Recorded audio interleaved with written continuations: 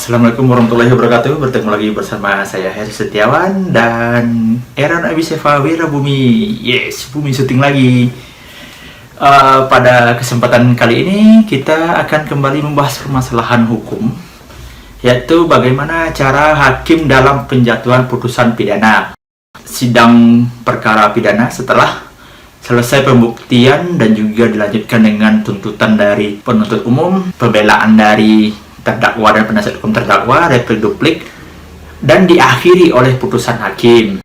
Hakim dalam menentukan putusan tentu ada hal-hal yang menjadi suatu ketentuan ataupun suatu guidance untuk hakim dalam menentukan putusan itu, seperti yang digariskan dalam pasal 183 Kitab Undang-Undang Hukum Acara Pidana atau KUHP, itu Undang-Undang Nomor 8 Tahun 1981.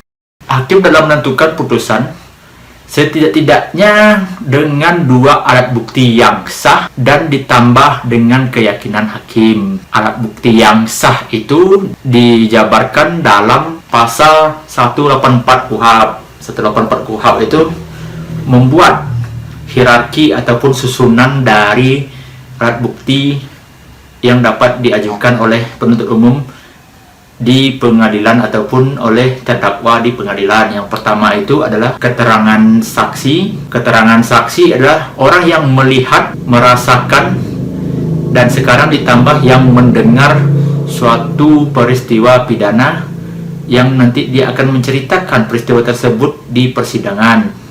Saksi itu bisa juga korban yang mengalami peristiwa pidana tersebut, seperti terjadinya pemukulan, pencurian, itu korban langsung yang merasakan dan juga melihat terjadinya tindak pidana. Itu orang dapat menjadi saksi dengan ketentuan saksi tersebut harus disumpah terlebih dahulu.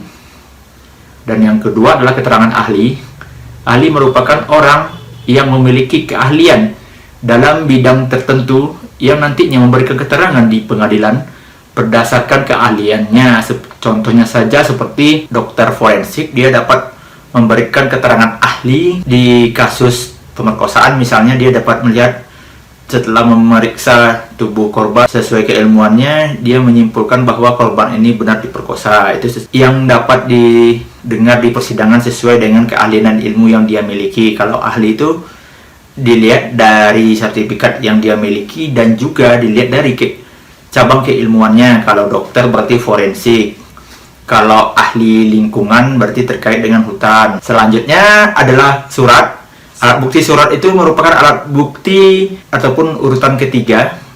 Jadi setelah saksi dan ahli dilanjutkan dengan alat bukti surat. Alat bukti surat ini dapat diajukan sebagai alat yang dapat menambah keyakinan hakim. Contohnya saja ketika kasus penganiayaan ada surat hasil visum, ataupun kasus narkotika ada surat hasil lab narkotika ataupun surat urin.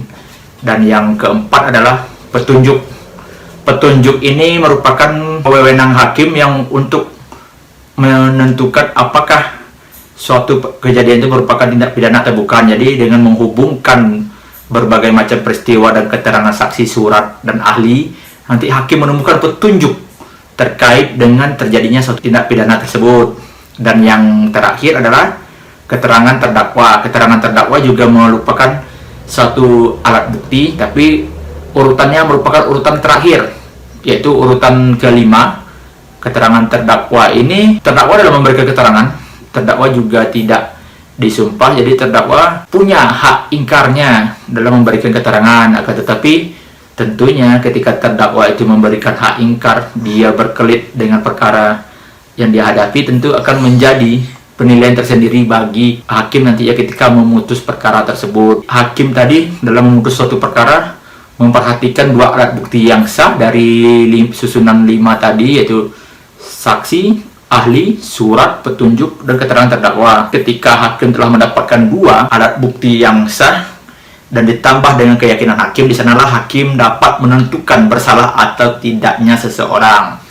Mungkin dalam konteksnya terlihat mudah dalam menentukan bersalah atau tidaknya seseorang, tapi ketika dalam kenyataannya itu sangat rumit menentukan seseorang itu bersalah atau tidak, karena seorang hakim haruslah melihat dan mencermati alat bukti yang dihadirkan di persidangan sebelum benar-benar menentukan orang ini bersalah atau tidak, karena semua tergantung dalam keyakinan. Nanti ketika alat buktinya sudah ada, hakim tidak yakin, tidak juga bisa menjadi pemutus perkara. Tetapi ketika hakim telah yakin ditambah 2 alat bukti, itulah nanti yang akan menentukan nasib seorang itu bersalah atau tidak. Hakim itu dalam menentukan seseorang bersalah atau tidak di persidangan itu bukan hanya pakai ilmu melihat rasa merasa semata, tapi ada panduannya atau guidance-nya, yaitu pada pasal 183 KUHP, itu dengan 2 alat bukti dan juga keyakinan hakim. Di sana nanti hakim akan berkontemplasi dalam menentukan apakah seseorang itu bersalah atau tidaknya. Mungkin itu sedikit yang dapat saya sampaikan pada kesempatan kali ini. Terima kasih telah menonton. Jangan lupa like, comment, dan subscribe. Wabillahi taufiq wal hidayah. Assalamualaikum warahmatullahi wabarakatuh. Bye bye. Ih, buminya ngantuk.